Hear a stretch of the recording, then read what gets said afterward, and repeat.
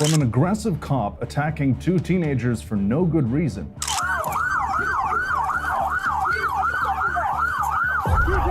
To 7 people going up against one defenseless suspect. These are the worst police officers ever caught in 4K. Disclaimer: all content in this video is for general educational purposes only. Meet Officer Domingo Diaz from the Providence Police Department, along with his partner, Officer Mitchell Voyer. He arrested 2 teenagers in a BMW on charges of tinted windows, speeding, and running red lights.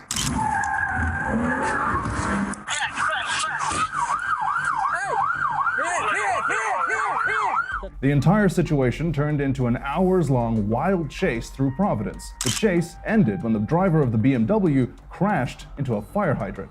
Bro, like, do you see the severity of this? Like, you guys are going crazy, man. The initial police report mentioned that the teenagers were brought to ground and placed in handcuffs. Diaz also claimed that one of the boys pointed a BB gun rifle at the officers and civilians before the arrest. The 3 teenagers in a BMW convertible accused of driving erratically and pointing a BB gun rifle at civilians and police. But soon enough, there was evidence of just how violent the arrest really was. When they finally crashed into a fire hydrant on Salmon Street, police are seen on video pulling them out of the car. More than one officer throws punches. Over 8 hours of footage from the cop's body cam shows Officer Diaz using unnecessary physical violence on an already restrained juvenile when there was absolutely no need for it whatsoever. To make things worse, Diaz is then joined by a bunch of other cops who believed that the young boys were the ones instigating the violence.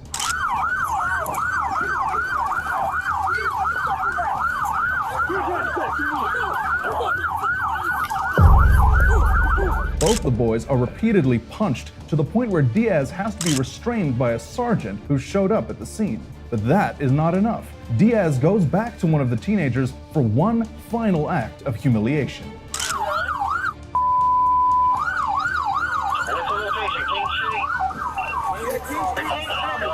After the videos were made public, Diaz and Voyer were both suspended on the count of excessive use of force, and a 9-month investigation was launched against them. Look, I'm not going to describe the force, but I saw excessive use of force in some of the body cams that is both troubling and appalling. Sadly, though, both the officers got off with no charges after force experts claimed that the case was just too close for them to make a call. While Diaz and Voyer managed to evade the law, you won't believe what happened to this racist officer. But before that, this is Devion Kieslak, a 13-year-old boy with cerebral palsy and severe mental health issues that would often result in outbursts. Here he is being arrested by Officer Tyler Collins, who has violently handcuffed his hands to his back. Get your feet. Get your feet in the car and stop kicking me. No. Right? Get your feet in the car right now. No! Collins! Collins, wait, Collins! But how did things get to this point? Devion's grandma, Tommy Wright, had to call the cops after Devion was being a bit mischievous. They wanted to go somewhere as usual, and it was getting dark, and I told him he couldn't go. So he just insisted that he went anyway, put his coat on. So I said, well, I'm gonna call the police. He said, go ahead. Now, Tommy had called these cops 38 times over 4 years whenever she needed a little bit of help with Devion. Usually, they deal with him in a super friendly way. And they would talk to Davion, they would tell him to take his coat off. Davion, you know you're not going anywhere. And they would talk to him for about an hour, and then they would leave. Officer Collins, the cop who showed up that day, even knew him by name. But instead of just talking things out, this time around, he handcuffed him and put him in a cop car, clearly upsetting the young boy.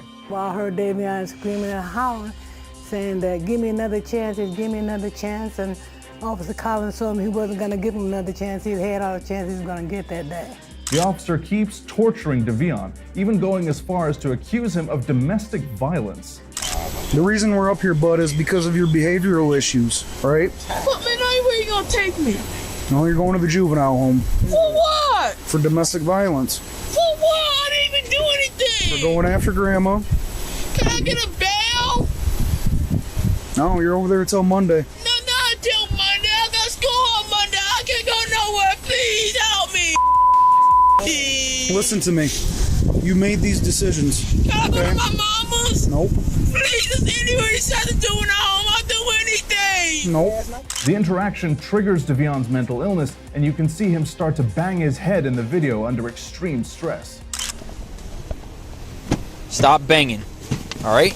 You're not getting out. I have to. Please help. Get in the car. No. But while Officer Collins should have stepped up and calmed the young boy down, he goes ahead and physically attacks Devion, punching him into the car. In the car. But that is not where it ends. The officer also uses pepper spray to restrain Devion, despite the boy screaming and yelling.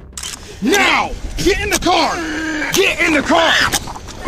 Thankfully, Devion's grandma showed up when she heard the commotion, but even she was horrified to witness the scene. And the police kept beating him and beating him and beating him and beating him with this.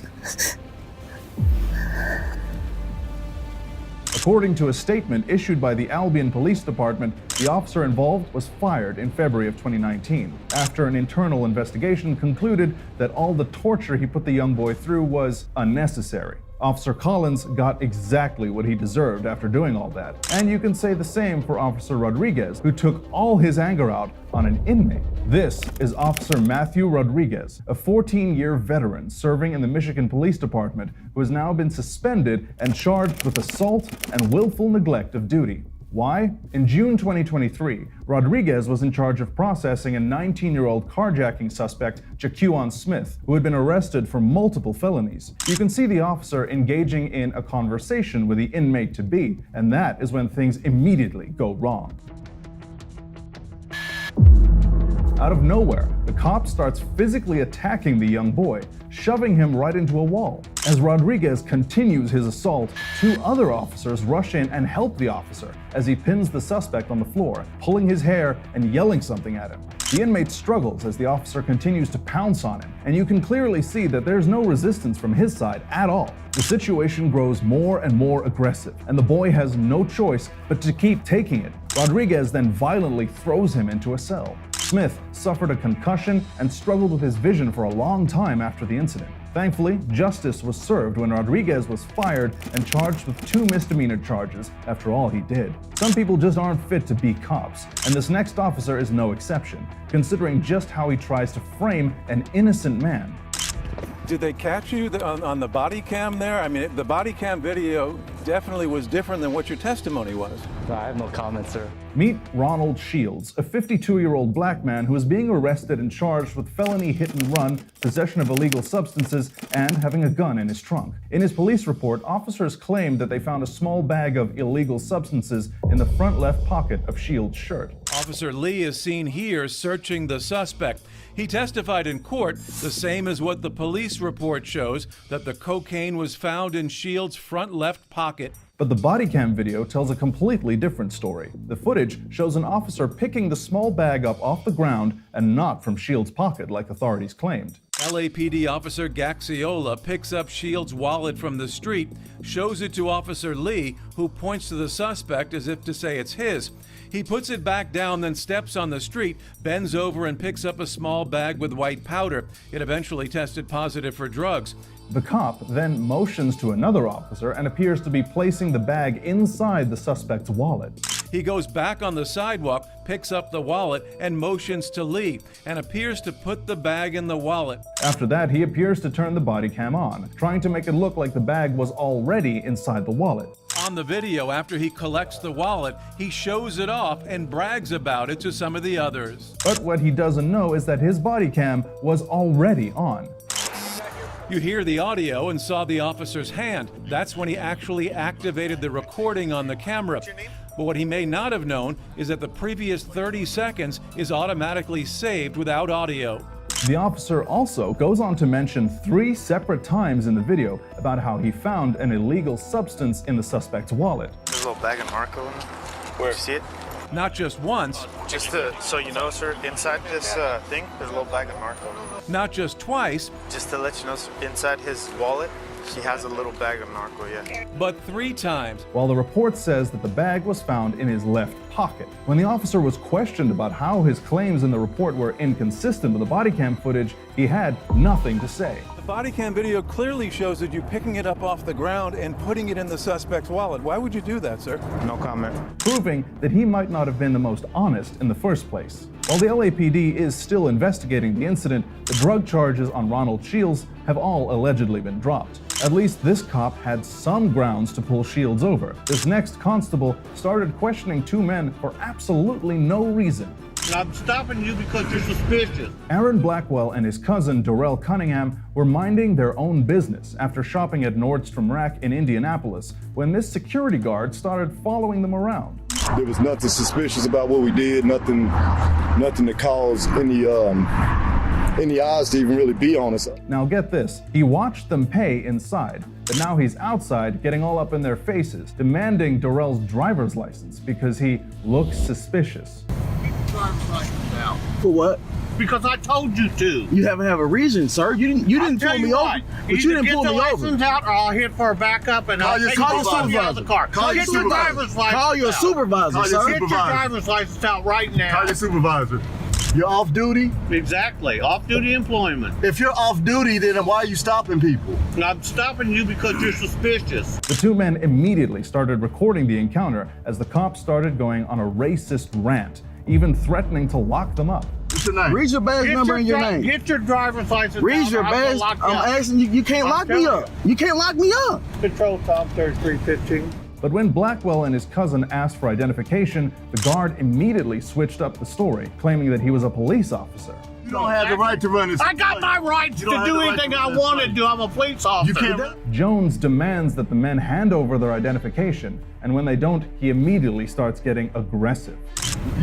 Oh, it's not going to be let go. I don't care what. Sir, what is your name? Threaten me. Are you threatening me? It's not going to be let go. Are you going to threaten me? Are you crazy? Why you got your hand in here? You going to threaten a police officer? Why you got your hand on the window? I'm not scared of you. I'm not worried about you. I'm not worried about you either. We ain't broke no laws. Get your driver's license out right now. Jones eventually calls for backup, and an officer from the Indianapolis Metropolitan Police Department arrives on the scene and hears both sides of the story. Officer, okay, so when we first came in here, right? So he comes here all the time. Sure. I'm his cousin. Okay. So we came in here, he bought some things for his daughter, we bought a few pair of shoes. But surprise, surprise, he too realizes that the two men have done nothing wrong. Couldn't really articulate what he was trying to say. Yeah, as far as I know, based upon what happened, I don't think either of us have any reasonable suspicion to believe that there's a crime taking place. It says there's no reason for a traffic stop at this point.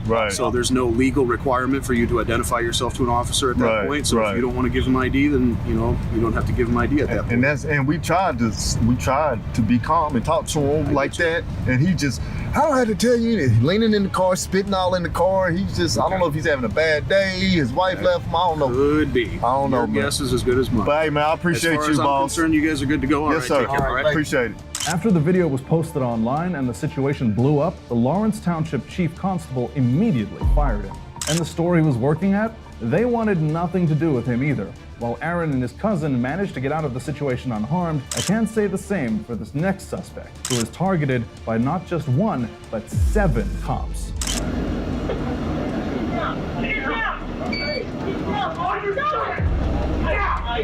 In 2015, Cortez Bufford filed a lawsuit against the St. Louis Police Department when he was pulled over and attacked by 7 cops for absolutely no reason at all. Cortez was driving his car when the cops pulled him over and forced him to get out of his car.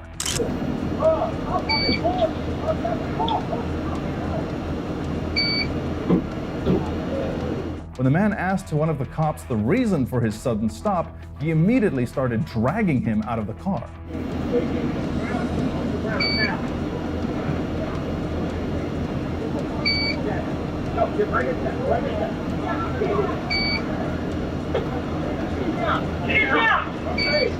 Soon enough, the others came rushing in.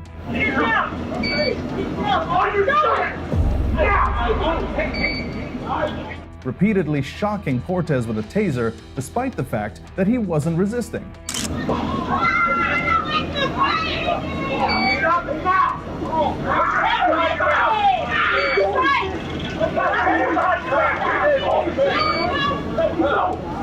After the suspect was handcuffed, they started forcing him to get on his feet. And that is when an officer identified as Kelly Swinton began warning the other officers. Hold up. Everybody hold up. We're red right now, so if you guys are worried about cameras, just wait.